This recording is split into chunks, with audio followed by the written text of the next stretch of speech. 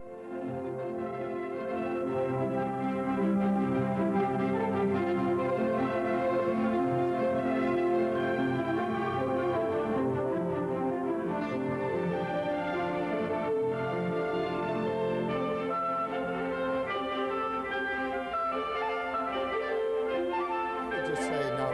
Eley is fine, that's okay. Hello, welcome to Struggles of the Spirit. I'm your host, the Reverend Leland Udell. I'm glad to have you with us again today. I've been out of it here for a while, literally out of it, and recovering from a long-term illness. And it's nice to be back. This place feels like home to me.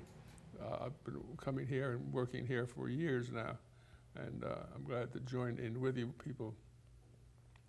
Our guest here today is Gary Eley.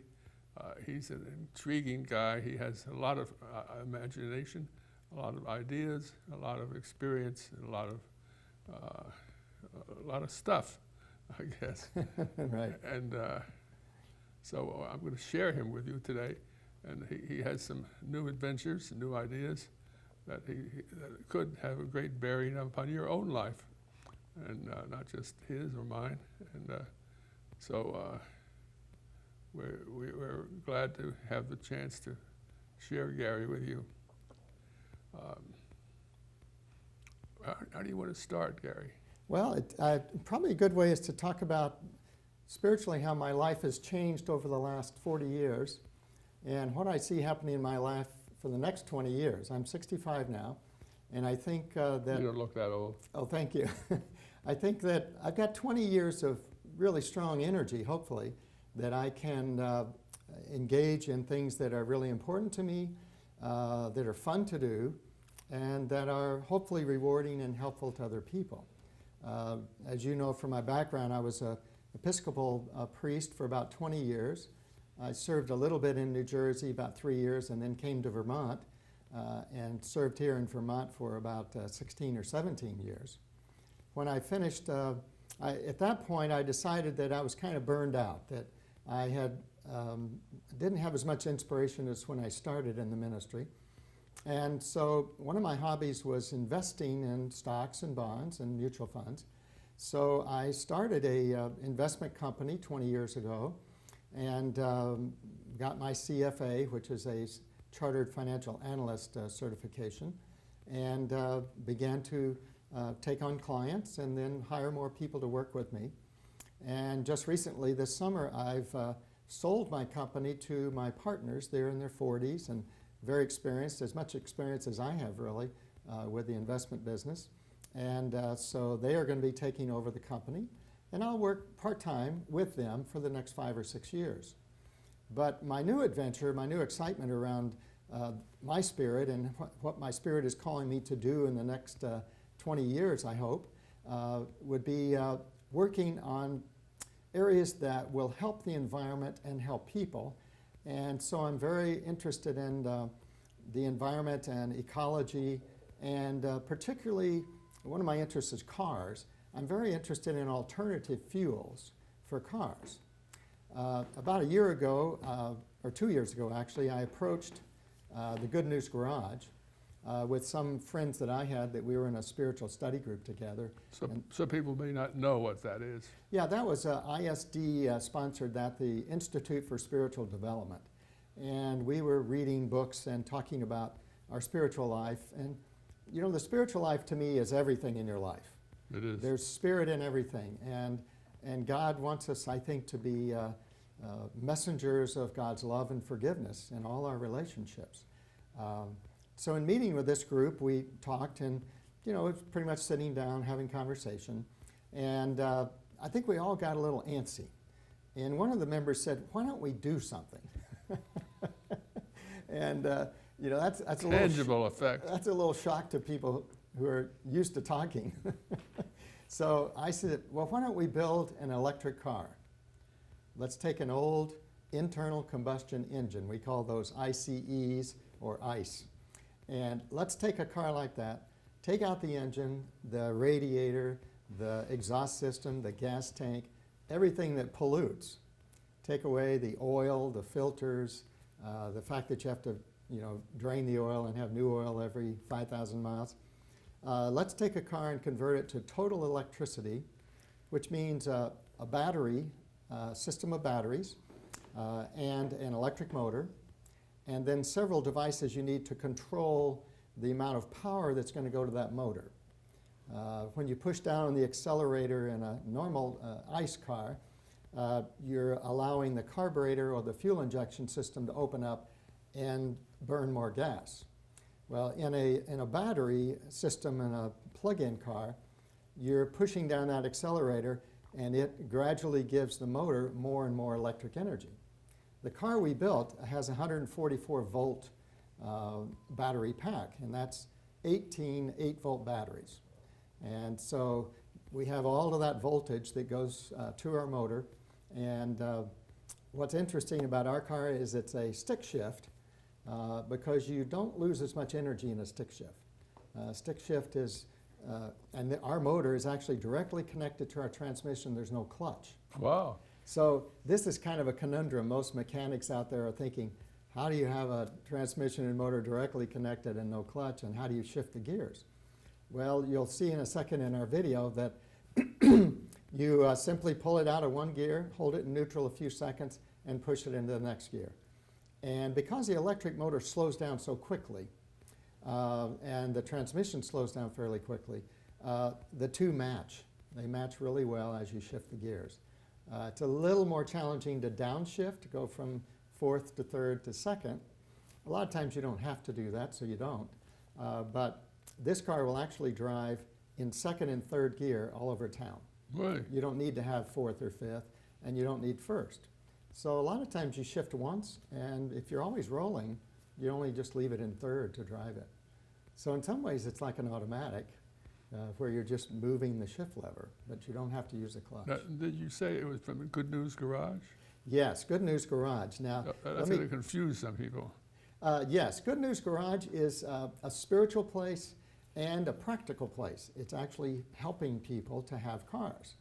And one of the big problems low-income people have is the expense of a car and maintaining a car. And it's very expensive to do that. So what Good News Garage does is takes donated cars and they fix the brakes if they need it, put on new tires, tune up the engine. They don't do body work, so a very rusted car is not a good candidate. But you know, a car that's 8 or 10 years old, and you get a tax deduction when you donate the car. So it saves you on your taxes, whatever the value of the car is. And then they fix it up, and then they sell it to low-income people at very reasonable prices that they can afford. They have 300 people on a waiting list right now. And they always have 300 people on a waiting list. And they do hundreds of cars every year. So, you know, they're meeting a very important need for people.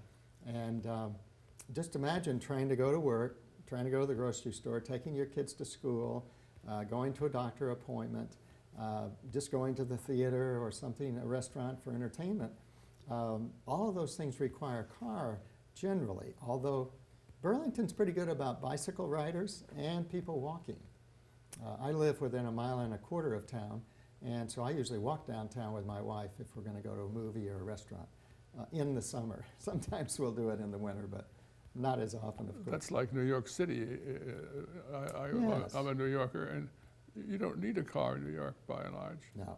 Subways are great. The taxis are great. Yeah. That's really good. So Good News Garage does this. So we approached them and we said, would you be willing to let us build an electric car that could be used to transport low-income people? And so, you know, transportation, as you said earlier, really key component of our culture. We're a little too spread out to go places on foot. If we were in a European village, you're right, everything is close to you, and New York City has great transportation. But an electric car, the big advantage is it only costs about 25 cents to charge it up at night, and there's no filters to change, there's no oil to change, no spark plugs to change. It's very low maintenance for an electric car. And the batteries we have are deep cell 8-volt batteries from Trojan is the company's name. They make marine batteries. And those batteries can be charged between 1,000 and 2,000 times. Wow. So, you know, even if you drive your car every day, the battery pack should last 5 years, 5 or 6 years, particularly if it's kept charged. And in the winter, when you're charging at night, that keeps the batteries warm so they don't freeze up. And in the morning, when you get ready to start, your batteries are already warm and charged up for that time. But Good News Garage is doing a wonderful job. I'm one of their volunteers, and I work with them and with this group of men. There are about 5 of us. No women? Yeah, we built this car in a year and 2 months. No women? Yes, we've had women join us. I'm sorry, the core group has been men, but we had a high school student last year who was getting ready to go to Vermont Technical College, and she came and worked with us for 3 months. We taught her how to weld, we taught her how to build the battery boxes, and she worked on repairing the car and other aspects, and she was a delight to work with. She was a high school senior, and just a lot of fun, had a good sense of humor. We had a great time with her. We were glad that she joined us.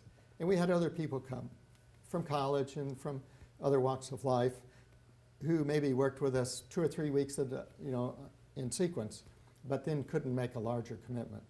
But the 5 of us men who really got the car done and were continuous, we all have jobs. You know, we all would come on a Saturday and work from about 10 o'clock till about 2 o'clock.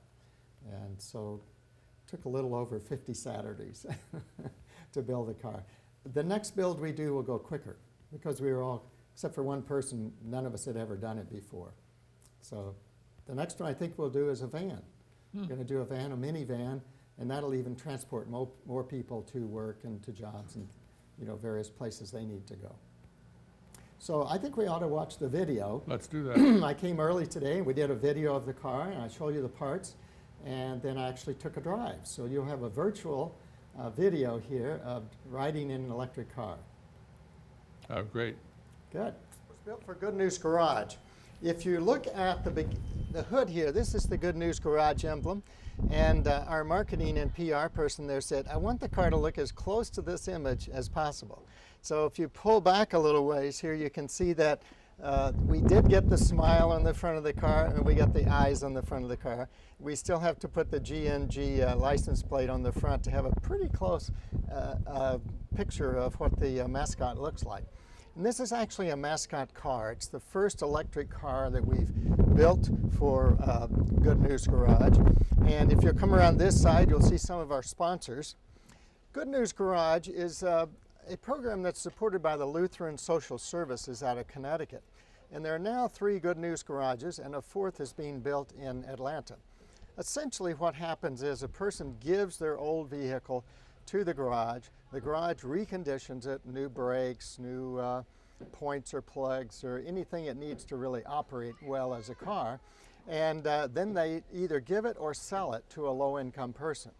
One of the most important things about surviving on our planet is to have a car. If you don't have a car, you usually can't get to work, you can't get your kids to school, you can't go see the doctor, you can't go to the grocery store. And if you try to do all that on public transportation, you can do all of that, but it takes you a long time to wait for buses. This car that we've built is quite unique. It's the first car that's all electric. So this car is actually a plug-in. I'll give you a look of the place where we plug in the cord. As you might expect, right here on the back, where the gas tank usually went, we now have an electric cord.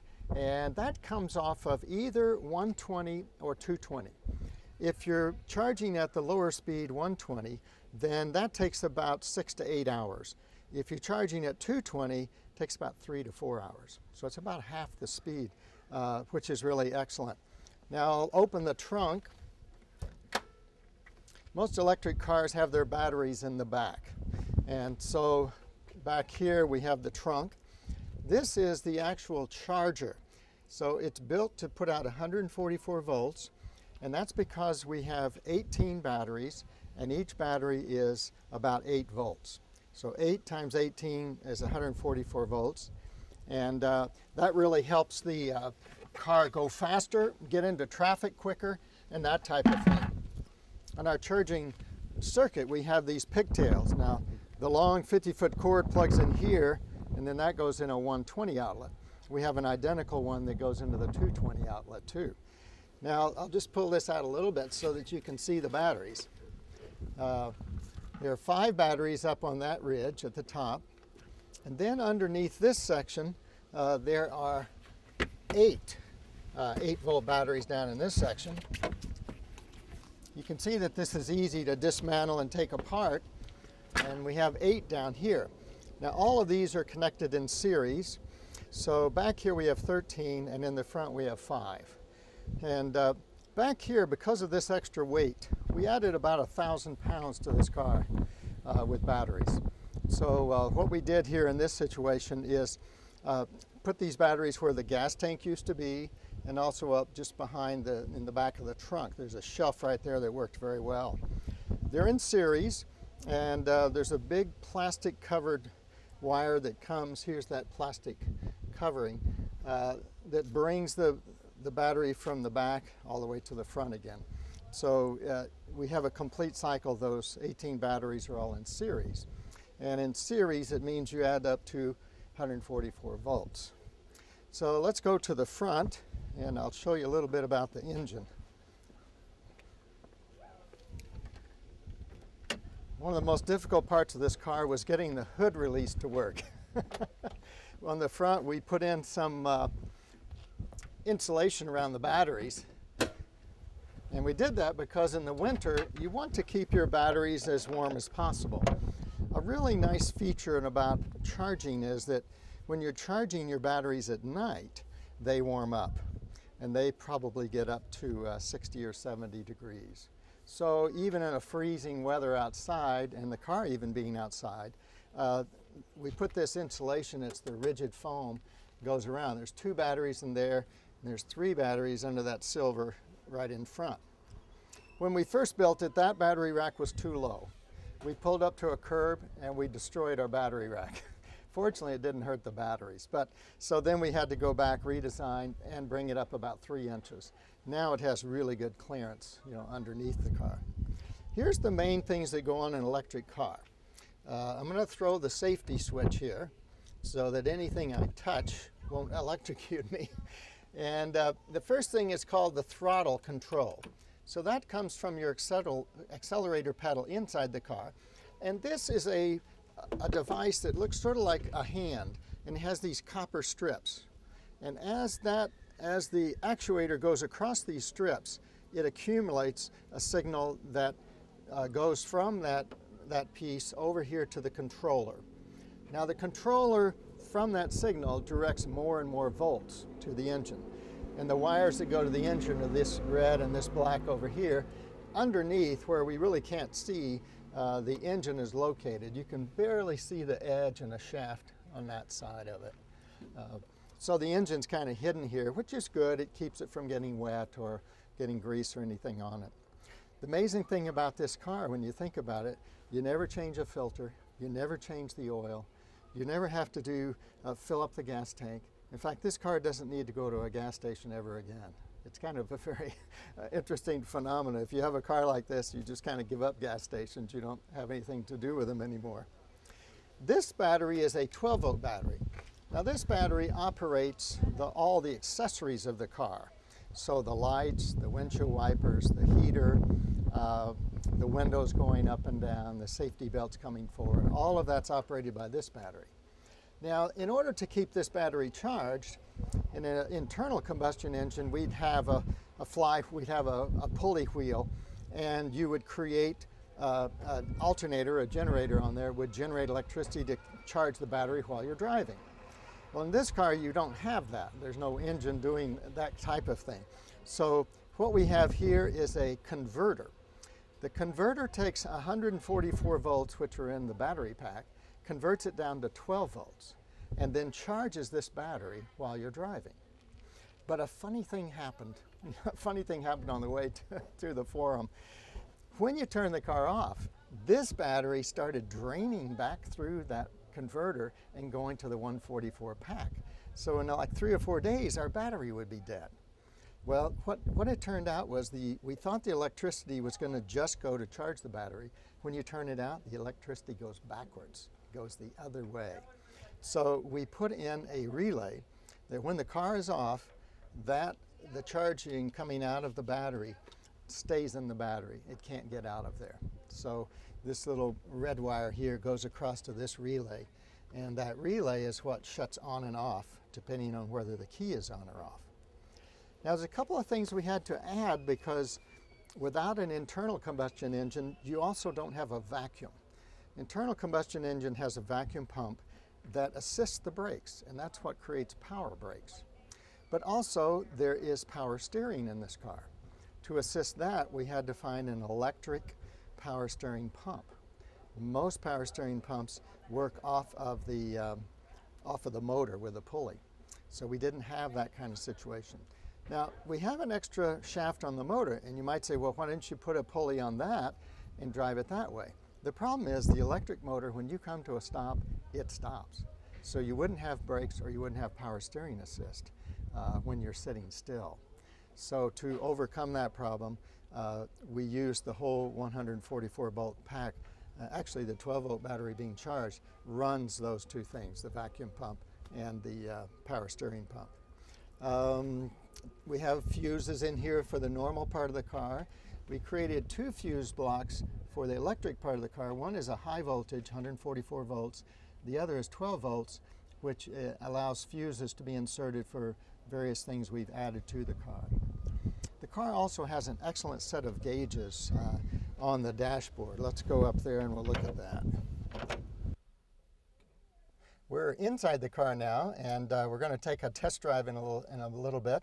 First of all, I wanted to explain that this is a 94 Saturn, and one of the things Saturn did that was quite exceptional is they put disc brakes in the back of the car as well as the front. And I don't think they planned on this car being an electric car. Although someone has said to me once that the original Saturns were the models for the EV car that General Motors made. Now you can see a video called Who Killed the Electric Car, and those cars are described in that video. It's a fascinating video about electric cars. But whether that's true or not, I'm not convinced, I'm not sure, but this car was ideal to be converted to electric is what I'm saying. There's plenty of room in the front, there's room in the trunk and the gas tank to put your batteries, and you still have some trunk space left, which is ideal to have that. So this car stops better, and the reason that's good is that we have an extra 1,000 pounds in this car because of the batteries. So now you can see here on the gauge, we've got a couple of gauges. We've got an amp meter, and as we drive you'll see this go up, and it just says how much current is flowing to the motor. On the right, this gauge, it says volts, that'll go up to about 13.5, and that tells us that our DC-DC converter is charging the battery properly. And on this gauge we've got 4 different readings. And the first reading here is telling you how many volts are in the system. Now, strangely, there's 5 volts in the system right now. And then if we go to the next one, which is the amp hours, that always starts at 0. And as you go along, it gains, and it tells you how many amps times the number of time, or the hours, you've used up so far. This car should go close to 80 or 100 amp hours. We've only had it up to 30 at the most, but we still need to test out in probably a small circle in town how far this car will go exactly, and we'll do that. And then the last setting, here, that's the actual amps that I've used so far. It's -10. Now I use that to go to work and then come down here to the studio. And then the last one is actually your total, boy, you know, I'm not really sure about that. It has something to do with time, and we haven't figured out exactly what that indicator is for.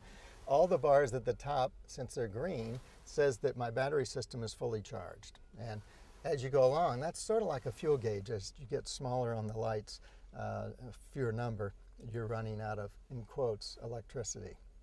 Okay, we'll start the car. Cars is a shift car. Now this is a very interesting aspect. It has 5 forward speeds and reversed. However, the car has no clutch. Now every other shifting car will have a clutch with an internal combustion engine. But in an electric car, we've connected the electric motor directly to the transmission. So they're always synced together. Now what you can do is you will start off, normally I start off in second, but today I'll start in first just to show you the shifting. So you put it in the gear, and then you start the motor, because the motor is still. So it's easy to shift into a gear because nothing's turning. And so then you go up, say up to 20 miles an hour. You pull it out of first gear, no clutching, and you wait a few seconds, and then you bring it into second gear.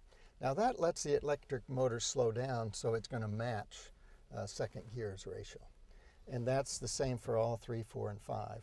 Sometimes when you're downshifting, you have to give the electric motor a little bit of juice to speed up the motor to match the transmission. So that's a little bit delicate, but I found in driving this car 3 weeks now, it's becoming very natural to drive it. But it takes a week or two to get used to that type of shifting. Okay, we'll start. First thing we do is we turn on the key.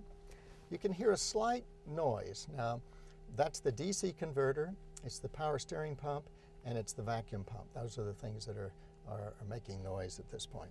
So I bring it over here. Sometimes you have to go back to second and then into first. I haven't used a clutch at all. And now I start pushing on the accelerator. And what have I done? Let's see, well, the brake's off. May not have gotten all the way in that gear. Oh, you know what it is? I turned off that safety switch. And this is a good illustration. This is a safety emergency switch. You pull this out when you want to shut everything down. Also in the engine, there's a switch called inertia switch. If the car gets hit, it disconnects all the electricity. Likewise, when you're charging the car with the plug-in, you cannot start the car. So there's a relay that prevents you from driving off and ripping the cord out of your car. So there's a lot of nice safety features in this car to prevent people getting hurt or having the battery pack be injured from the back or something like that. It'll shut off immediately when that happens. And a lot of fuses. If things got too hot, the fuses would turn things off. Okay, so I'm going to go around to the hood and turn that switch back on, and then we'll be ready to go. Okay, I just turned that switch back in the on position, so now we're ready to go, and I'll put it in second. We like to start off from second, and I'll give it the gas, and here we go. It's always reassuring to know that one of your safety features does really work. So now put your camera on the gear shift. So we're in second. All I do is go up, go over, and push it into third. I've had my foot, no clutch, took my foot off the accelerator for the electric power, and the car will actually drive all around town in third because the electric motors have a lot of torque, which means twisting power. And because of that, even in a higher gear, you can start off, from a stop sign or a stoplight. And I found too that I live just off Shelburne Road in the south part of Burlington. And when you're getting on Shelburne Road, you got to be able to get up to speed very quickly. And this car does that very adequately. It has a lot of power, as I said, through the torque range.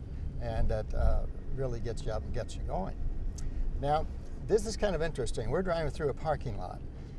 In this car, you have to be super sensitive to people walking around the parking lot because they can't hear you. We can just hear a slight whine in this car, and it can be heard outside.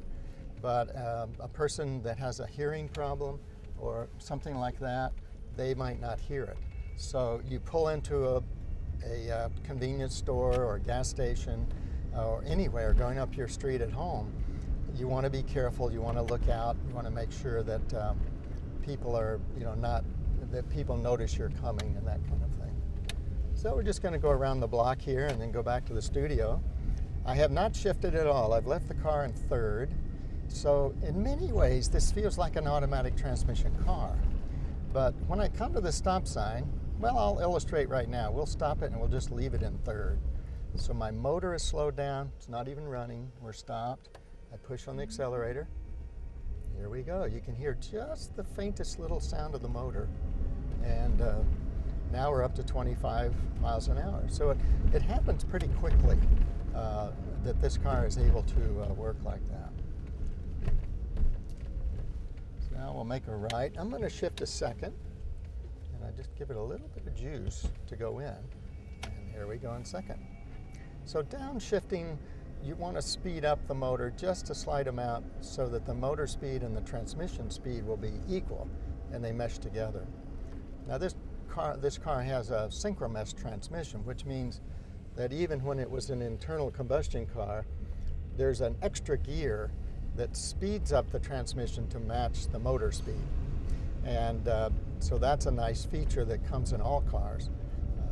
But I feel when I'm shifting, I can tell that that's happening, that aspect is happening. So we're coming to a little bumpy road here. Fortunately, we put all new springs in this car and all new brakes. And in the back, we put in an extra 1,000 pounds of springs so we could support the battery pack that's in the back.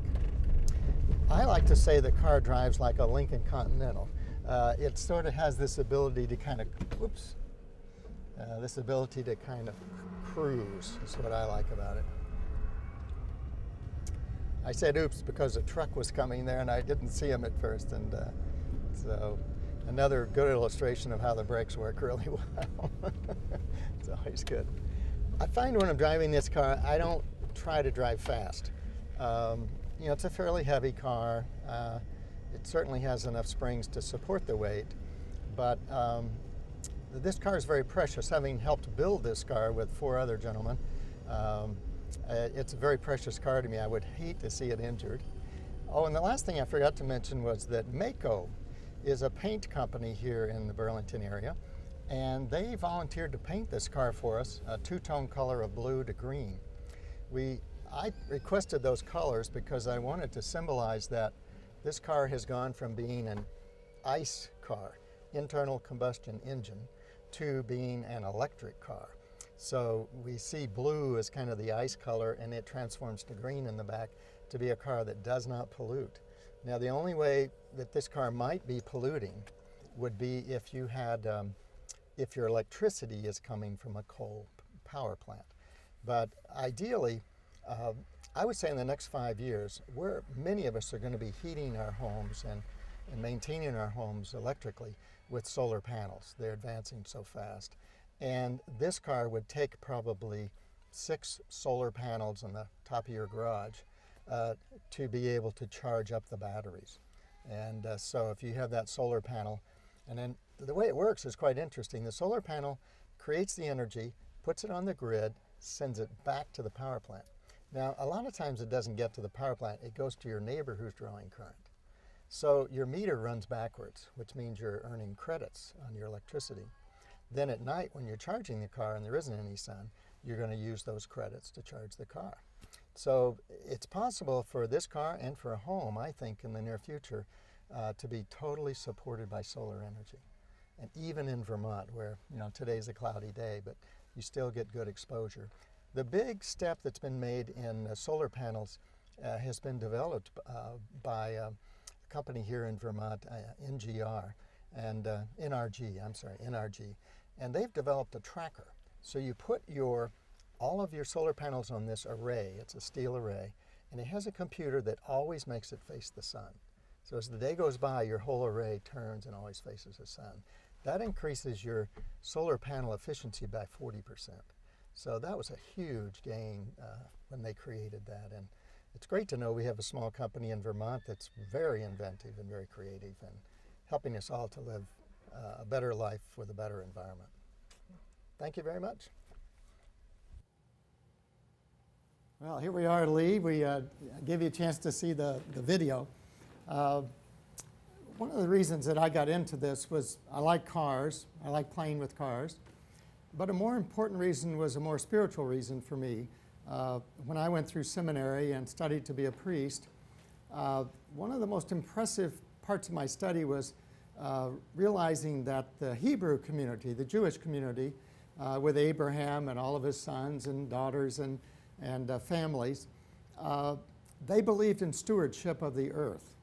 And it's very clearly stated in the Hebrew scriptures that we are called to be stewards of this earth, which means to me that we shouldn't be polluting the earth, we shouldn't be wasting our resources, and that the fewer resources we use, the more there is to share and the more that can go around. Clearly there are the haves and the have-nots on our planet. The haves have all the energy they want. The have-nots don't have enough energy to really survive. So if we can figure out ways to use energy, such as solar energy, that would be very inexpensive. Ways to use solar panels to run electric appliances and radios and computers and all kinds of things we need, and as well as automobiles. Then we're going to clean up the air, we're going to clean up our act and the planet, and we'll all be able to live together in peace, I think, because there won't be this scarcity. Scarcity of food, scarcity of resources is often what leads to war. And that's why people fight with each other. It's no accident that the Middle East has a ton of oil underneath its sand. If that oil wasn't there, I don't know that they'd be fighting with each other. But getting enough of that oil, getting the money from the oil, being able to live a life of, a healthy life and a long-lived life is very important to people. It's kind of our basic need. So if we can take better care of this planet and share our resources more equally, then we'll be in a situation where I think peace would be greater. People would have more freedom, more democracy, more opportunity to decide how to live their lives. And so playing with cars, playing with solar energy, being interested in alternative energy, interest in ecology and protecting the environment, all of those areas to me are spiritual. It's something that's a part of every human being, and our spirit does want to be a good steward, I think, naturally. We don't really want to rape and pillage and destroy the resources of our planet like Attila the Hun used to do. I think we're beginning to be more civilized, and we can begin to share more resources. And really, for me, my life is focused around how can I share the love of God and the forgiveness of God with all those people around me, including myself. And being a responsible steward of the planet is a big part of that spiritual aspect of my life. And I know you, being an Episcopal priest, and having this television show, The Struggles of the Spirit, I actually like to think of as the adventures of the Spirit. I've certainly had struggles in my life. I've had things that I wish didn't happen, and scares here and there. But I would have to say most of my life has been an adventure in the Spirit, which is very rewarding, very encouraging, and as we get older, it's a great thing to look back on, and to be able to see the life you've lived and to have enjoyed it and feel that you've made some contribution to others when you're on this planet. Any other questions you have about the car or about that statement that I just made, that kind of viewpoint? Do you pollute with these electric cars? Yes. You do? Do I what? Pollute. Oh, no. There's no pollution because there's no exhaust. There's no burning of fuel. So the car is very, very clean. This particular battery that we use can be recycled. So you turn the batteries back into the battery company. There's a lot of lead in the batteries. That's remelted, reformed to make new batteries. The cases are plastic and can often be reused or can be melted down and recast. So it's a very, the battery system itself is quite good. The other parts of the car, and the motor particularly, will last long beyond the body of the car. So there are things that, even if this car got very rusty in 5 or 10 years, you could still take many of the parts and the electrical system and transfer it to another car. As I said about Good News Garage, we're going to build a van next so that we can help transport more people to their jobs and give more transportation to people that need to get to places that are important to them. How does the public respond to it? We've had very good support. We've, when we asked for volunteers to come and help build a car, we were flooded with, I'd say 20 or 25 people. And probably 90% of those people actually came and worked on the car. So it was a great opportunity for volunteers. At Good News Garage, they repair cars, but you can't have volunteers repairing the cars because a garage has to be insured, and you have to have qualified mechanics to do that. But this car we built in my garage, and so it's probably my liability if anybody got hurt. But I have, home insurance and things like that. And also my garage is heated with radiant heat. So it was a nice warm garage to work on in the winter.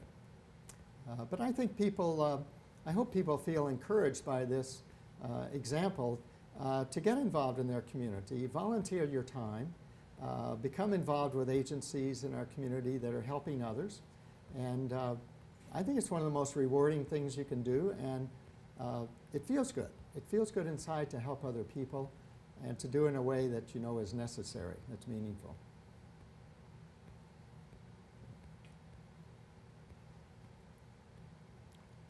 I hope people will phone in and bring questions to you, Gary. Oh, yes. Is there a phone number that people should call to? There should be. Okay, to call in right now? I think it's 651-0589. That's a phone number that you can call and ask us questions if you'd like to. I'll give the number again, 651-0589.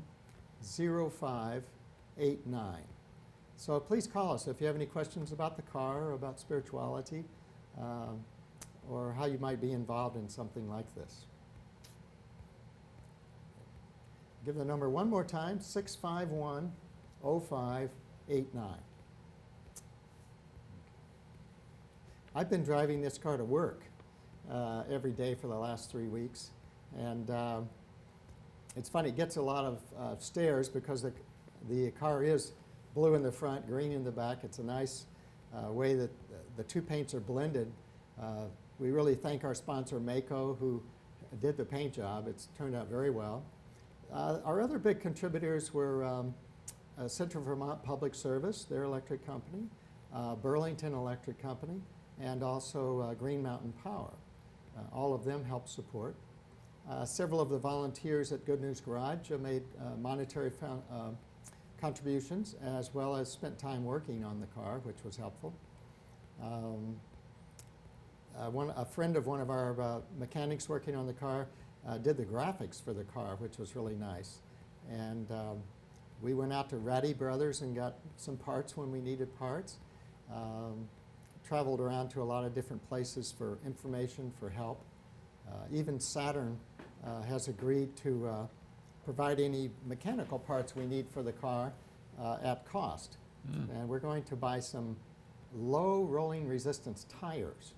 And these are tires you can pump up to 50 pounds of air, and they give you much better, less resistance as you're driving. They're a little firmer, but we have adequate springs to be able to handle the firmness of that kind of a tire. They also have good traction. Michelin and BF Goodrich and several other tire companies are starting to make tires just for hybrids and just for electric cars. It takes a little special tire to get the best energy out of it. I'm surprised no one has phoned in. Well, they made, if you want to talk about this car, you would like more information, do feel free to call the Good News Garage.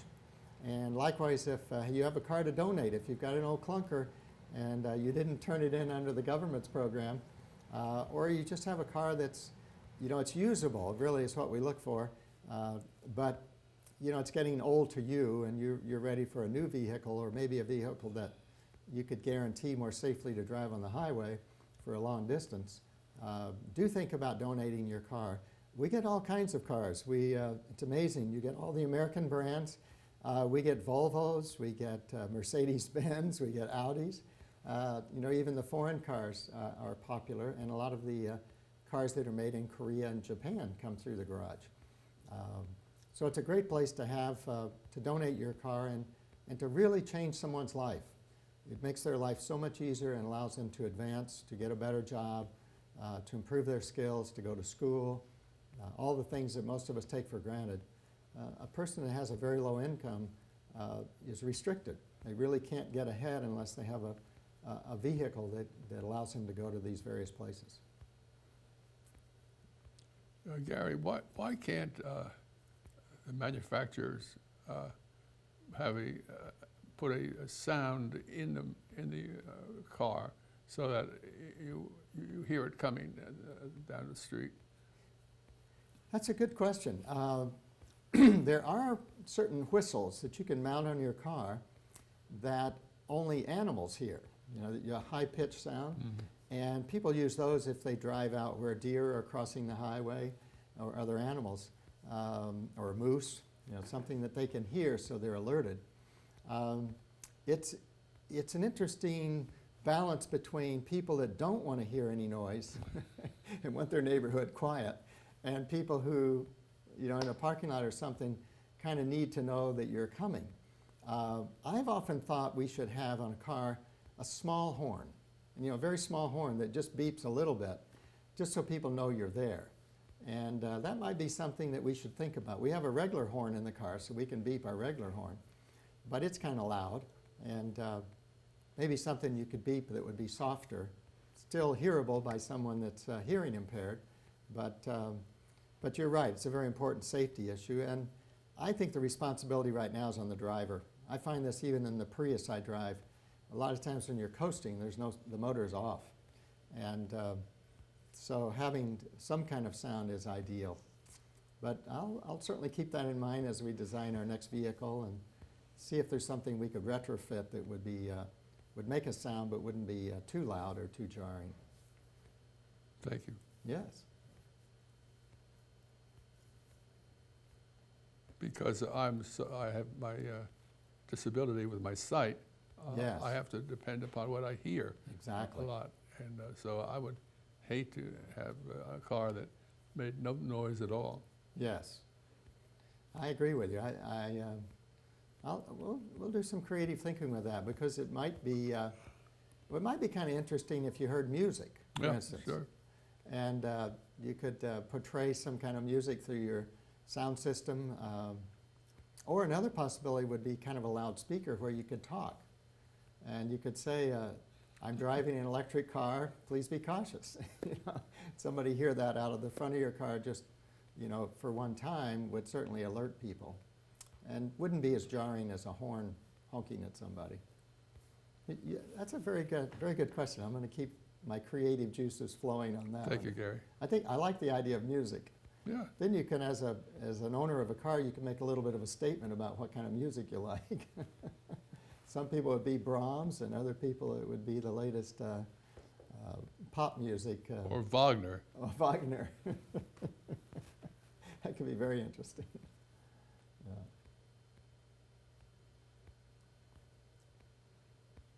Now, you wanted to go on with some other materials? Well, I think one of the things that will help cars in the future will be an improvement in batteries. The batteries we were using are pretty basic, low-tech batteries, but because they're a little extra large, they last longer. So their big advantage is they'll last for a lot of charges. But lithium-ion is a battery that's used in cell phones and computers, especially laptops. That battery has a lot of possibilities. There's a company called Tesla, which has produced an electric car that will go close to 200 miles and will even go over 150 miles an hour. And what they've done in that car is take 1,000 of these batteries that you put in laptops, and they've wired them all together. But there are problems with that. If you got hit, that'd be a pretty big mess of the batteries probably melting down.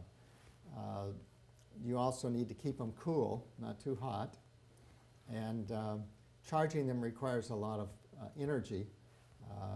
And yet the Japanese have developed a new battery. I think Hitachi has done this. It allows you to charge it in 5 seconds, and then the battery lasts for hours. Wow. So that's where you bring a lot of voltage and a lot of amperage together, and you really fully charge that battery very fast. And that requires a different kind of battery to do that. But there are companies now that you can, for $10,000, for instance, you can buy a lithium-ion battery that you put in the back of your Prius. That doesn't take up the whole trunk. It's just about, maybe 6 inches off the top of your back deck. And that battery is an extra battery for the car, and you can get close to 90 miles per gallon of gas with that battery in a Prius. So, but it's a $10,000 expense. So unless you have, ample cash around, that's not a practical solution. But I think over the next 5 years, we're going to see solar panels and batteries improve to the extent that it's going to be more practical to have a lighter battery that'll take you farther. So I think that's coming in the future, and therefore I think the electric car has a great future ahead of it. You know, back in the early 1900s, there were as many electric battery cars as there were piston cars. But then the piston engine, by increasing the gas tank size, was able to take you further than a battery car could take you before you had to recharge. So gradually the piston cars took over, and when Henry Ford started making his first car, I love the statement. He says, "You can have my car in any color as long as it's black," because he only painted one color. But that car could travel further, so it began to win the race between electric and battery. But I think we're coming around now, you know, in this century, to the electric car is going to become more and more prevalent, and it's going to save our planet from pollution. So I think we're going to see a lot more electric cars in the future. And more of our companies here in America, they're going to build two big lithium-ion battery factories in the Midwest. And they'll cost billions of dollars to build them. But then we can build these batteries locally, and the transportation of, you know, moving them from Korea or Japan or China all the way to America, that's a big cost, and it requires special ships designed in certain ways to be able to transfer those batteries. So we'll be able to make them locally and be able to distribute them throughout the United States. And I fully expect electric-powered cars to be the car of the future, and not that far away. I'm sure I'll see it in my lifetime, that we'll be driving plug-in cars, and we'll be using a lot of solar energy. Would you want to make a comment about the combination gasoline engine and electric engine? Yes, that's what a Prius has right now. We have an engine that's very small, uses very little gas. I get about 45 miles to the gallon in my Prius. So we're saving fuel. Plus the Prius is designed to not pollute. It's a very clean exhaust. You don't have black smoke, you don't have oil burning and things like that. It's a very, very efficient engine. And the electric engine in the Prius can drive the car for about a mile before the battery is dead. So the reason you have a gas engine is to keep charging up that battery. And therefore you're able to, you know, in a tank of 10 gallons, I usually get 400 miles on a tank of 10 gallons. So, you know, that's about 40 miles per gallon. And that's much better than current automobiles. But I think in the future, you know, we'll find our cars are going to be pollution-free. And the solar panels are going to be a big part of that solution. Wind power is also a part of the solution, especially in Vermont.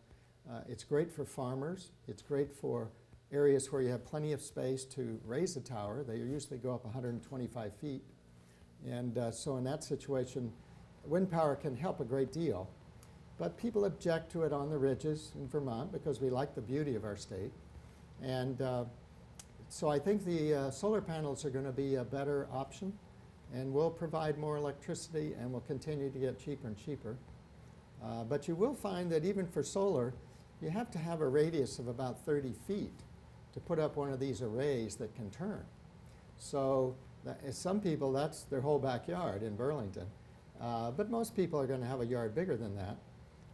But imagine what it's going to be like when most of our homes are generating electricity, and the power plant is really primarily for industry.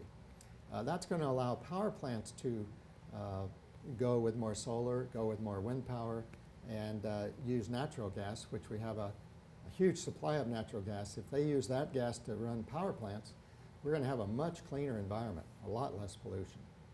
So I look forward to that day. I think that's very exciting and very hopeful. As you can tell, I'm not afraid of technology. I think technology has made a lot of things cheaper, a lot of things better. Computers get cheaper and cheaper with more power. Cars are actually cheaper than they used to be with more aspects to them. And so we're ready. I think already we're switching to that kind of culture, and we're going to see a lot of improvement with that in the future.